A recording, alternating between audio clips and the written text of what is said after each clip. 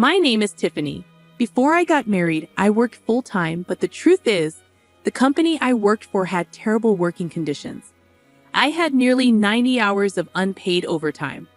I contemplated continuing to work even after marriage, but due to health issues, I decided to quit. Now I live a healthy lifestyle, waking up and going to bed at regular hours. My health improved drastically after quitting. My husband, Theo, didn't oppose my decision to quit. He seems to love that I am home, taking care of household chores and welcoming him back from work. Back when we were newlyweds, he would often express how lucky he felt to have a wife who welcomed him home. However, after 5 years, that sentiment became a given, but that's to be expected. Still, issues crop up over the years. My mother-in-law, Sarah, who used to be sweet, now often asks when we will give her a grandchild every time we visit. She always chooses to say it when Theo isn't around. Years of hearing this has built up considerable stress for me. To be honest, I don't want to see her because of the pressure she puts on me. My father-in-law, John, is a quiet and kind man who doesn't interfere. The irony is that Theo says kids are just a hassle and cost a lot, yet when confronted by his parents, he acts as if it's none of his business. Once, I told him if he didn't want kids, he should explain it to his parents, but he shrugged it off, saying it's a conversation for a woman. At crucial times, he evades responsibility with his own set of values. Because of this, to his mother, I seem like the wife who can't have children, and he's the husband supporting her. Finally, I tried to clarify that it's Theo who doesn't want kids, but Sarah, convinced I can't get pregnant, replied, "You're just trying to put the blame on someone else." John sometimes tells Sarah not to interfere with our choices, but she doesn't listen. In the end, Theo doesn't want the hassle of parenting but also doesn't want to upset his mother. It's evident that he's always trying to please his mom. Honestly, I never thought he'd be this unreliable. If a ship were sinking, he'd probably save his mother before me. Yes, he's a bit old-fashioned, but at least we're not living with them. My mother casually responds over a weekday afternoon call. Over the past year, I've often vented to my mother about Theo and Sarah. Although my mom is quiet, she's rational. She patiently listens and often calms me down. I feel guilty sometimes thinking that a wife shouldn't complain about her husband to her parents. But with Theo not being supportive, my mom is the only person who truly understands me. I'm sorry for always talking about this. I know you have your struggles too, I say. It's okay, Mom's fine now. The hospital tests showed nothing wrong, she replies. In reality, she had heart surgery and got a pacemaker just 3 months ago. I was worried when I heard she was going in for the procedure, but she just laughed it off. It reminds me of when I told my husband. He said pacemakers are pretty common these days. It's not that big of a deal. Yet, when his own mother sprained her ankle, he panicked and promised I'd help out without asking me first. Talk about double standards. I mean, a surgical operation is way more serious than putting a plaster on an ankle. I always find myself complaining over the phone and rarely visiting my family since I live far away. I haven't been the best daughter to my parents, but this time I plan to surprise my mom on her birthday with a trip in collaboration with my dad. I'm home, dinner's ready, I announce as my husband, as always, takes a seat at the dinner table. He never really comments on the food anymore, but I was excited about the plan I made with my father. Actually, my mom's birthday is coming up, I mentioned, hoping to pique his interest. He paused, eating his steak, and looked at me quizzically. I was thinking of booking a hotel in Lake Tahoe and taking a trip there. Really? He responded, not seeming too keen. The hotel is quite fancy, and it's popular around here. I got a great deal through a contact, I explained, hoping to sway him. Ah, a luxury hotel. His eyes lit up at the mention of luxury. We're getting separate rooms from your parents, right? Yes, we are. And since both my parents will be there, why don't we do some sightseeing in Lake Tahoe together? I suggest, hoping to involve him more. Sure, he agrees, seeming somewhat interested. At least he seems willing to spend time with my family for a change, considering he spends most of his time with his own. Luckily, this time I don't need to arrange the date or the hotel booking. My parents are taking care of everything. It's like I'm letting them do everything for me, which might seem more like me being spoiled rather than being kind to them. What's the trip? I need to apply for my leaves. My husband throws the question over his shoulder as I start packing in the bedroom. Didn't I tell you? It's on the 23rd and the 24th, I remind him. Oh, right. He responds absent-mindedly, fiddling with his phone. He never really pays much attention to me or my family, but on reflection, indifference was better than his past reactions. On the day of the trip, we drive to the luxury hotel in Lake Tahoe.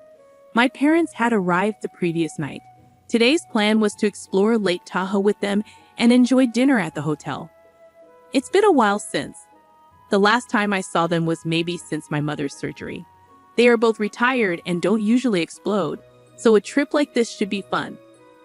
I sat in the passenger seat, leafing through a Lake Tahoe travel magazine. Upon arriving, I planned to call my parents to the lobby after checking in, but they were already in the parking lot, and standing next to them was Sarah. Suddenly, my husband parked the car abruptly and rushed over to them. What on earth is happening? I wondered. I was sure I had explained the plan properly. I quickly got out of the passenger seat of the car and followed to see what's going on. While I was flustered, my husband began speaking fluently to my parents. You knew of a great hotel, didn't you? We plan to enjoy it with my parents from tomorrow. You've already paid for the stay, right? My parents were stunned. Of course they would be. This was completely unplanned. My mother-in-law, as brazen as ever, said, "You sure know some good hotels. Take care of it for us, okay? And next time, let's go to Alaska." On the other hand, my father-in-law, seemingly as clueless about the situation as we were, asked my husband, "Didn't you invite us on this trip? You said you'd cover the costs." Hearing that, I could feel the blood rush to my head. Wait a minute, this hotel was arranged by my parents. Why would you just invite yours? I questioned, feeling the frustration building. Now my mother-in-law chimed in. What's the big deal? You can't hog such a nice hotel for yourself. You should care more about your husband's parents. I wanted to treat my parents to a luxury trip because I rarely get to see them, unlike John and Sarah. Plus, today is my mom's birthday. My mother-in-law gave me a disdainful look, sizing me up from head to toe. You've never gotten me a birthday present. Such blatant favoritism, she accused. What? I raised my voice in disbelief. You did send Sarah her favorite flowers recently, didn't you? That was from your son. Stop taking credit for other people's gestures, I added, feeling frustration bubbling up. I looked at my husband, who was avoiding my gaze. He never showed any interest in giving gifts since our marriage. I've always been the one choosing and giving gifts. So, you kept silent about the gift for Sarah? I continued, feeling a mix of disappointment and anger.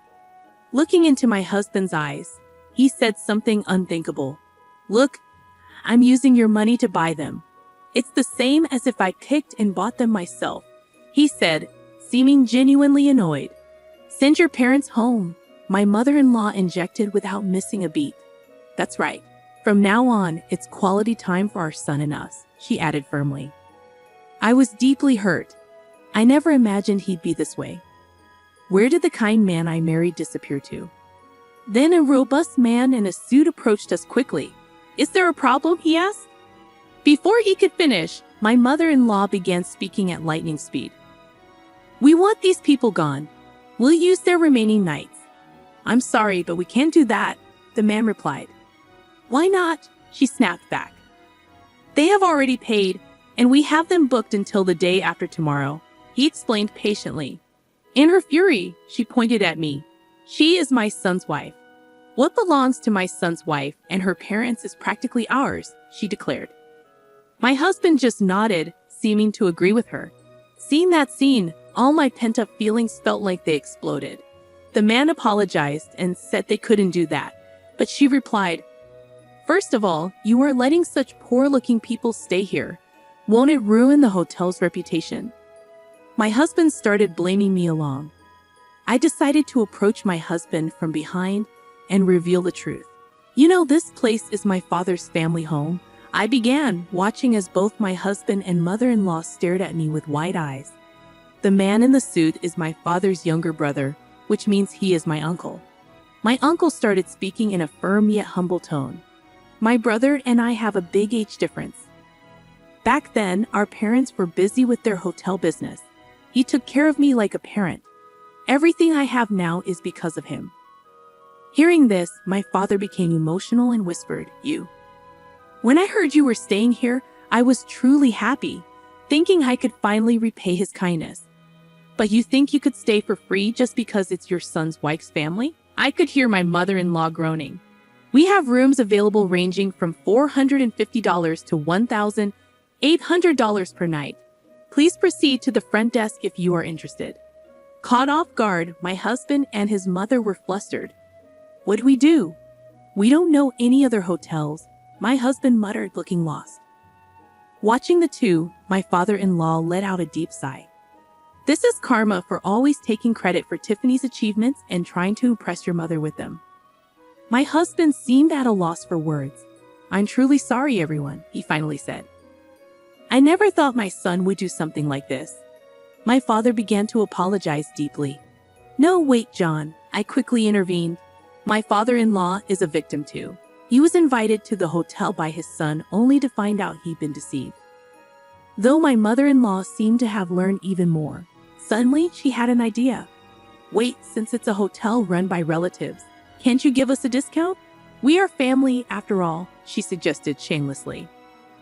How shameless can she be? Has she forgotten all that she has done? I wondered silently, but my uncle calmly stated, I don't consider someone who insults my loved ones as family. His words made me realize something. The way my husband and mother-in-law had been treating me all along was condescending. All the unpleasant tasks were left to me. Any praise was stolen by them. What was I to them? They exploited and belittled me. If they had thought about my family even a little, this trip wouldn't have happened. You've always looked down on me, haven't you? I said, looking at my husband, who hung his head in silence. You thought my parents would let this slide if you pushed hard enough. How awful. I couldn't afford to stay at such an expensive hotel. I just wanted to impress people, he said, his face full of regret, glaring at me. My father-in-law approached, looking disappointed. Isn't this just like you? Always trying to look good in front of your mother, who is the person you should be protecting the most right now, huh? My husband stood still, looking confused with a stoic face. My father-in-law continued, listen, you are married. Your priority should be protecting your wife, not impressing your mother. But my husband looked away, avoiding eye contact. However, I noticed the expression on his face. He would always choose his mother, no matter what anyone says. Summoning my courage, I raised my voice. John, thank you for all you've done for me so far. You've helped me more times than he ever did, but I can't continue living with him as a couple any longer, I declared firmly. My husband looked up, surprised. Let's get a divorce. I continued, feeling a surge of liberation as I said the word out loud. Right. I've always wanted to divorce him. Are you serious? I heard my mother's voice from behind. I nodded. Yes, I've been thinking about it for a while now. Hold on, I'll apologize for what happened this time. My husband scrambled, but it was almost like seeing a stranger. It's not just about what happened this time, I explained. It's about the forgotten gifts for Sarah and countless other things. Of course, today played a part in my decision. Suddenly, my mother-in-law, her face red with fury, yelled, "A woman like you who doesn't work or even have children should be grateful just to be married." The realization that I could also sever ties with her left me with no fear. Look, I won't be belittled. And just for your information, it was your son who didn't want kids, saying parenting would be a hassle. I bet you never heard that from him, I remarked, watching as my mother-in-law just sat down stunned. She had always believed it was my fault, not realizing it was her son's decision all along. So, my husband and mother-in-law were taken away by my father-in-law, and I went on to enjoy a family vacation with my own parents. You had quite the eventful birthday, didn't you? My mom chimed in with her usual cheerful tone. As long as you are happy, that's all that matters. But who knew he was that awful? I should have visited earlier to see how things were. No, it's okay. I've been in that life for so long. I became indifferent. This was a wake-up call, I replied, reflecting on the situation. My typically silent father seemed to have a hint of joy on his face. After that, my husband and I divorced, but it seems the relationship between him and his mother has soured. He was never the considerate type and always left everything but his job to me. Without me, his apartment was reportedly turned into a garbage dump. Apparently, my ex-mother-in-law visits him regularly to clean up. However, she's nearing her breaking point, often fighting with the son she used to adore. Once their argument got so heated the police were called. My ex-father-in-law claims she brought this upon herself by spoiling their son. Interestingly, on the day of the hotel incident, a neighborhood association president, whom my ex-mother-in-law was close with, was on vacation and was there too. He saw all her unreasonable antics. As a result, she's lost all respect in their community, labeled as the mother of the husband who bullied his wife into divorce. As for me, I found a job at my uncle's hotel. Searching for a job post-divorce, he offered me a position, keeping the fact that I'm the owner's relative a secret. I'm now learning from more experienced staff members. The hotel job requires meticulous attention, and while there are tasks I haven't mastered yet and times I've been corrected, it's a far cry from the unappreciated housework I did before. Every effort here gets its due recognition.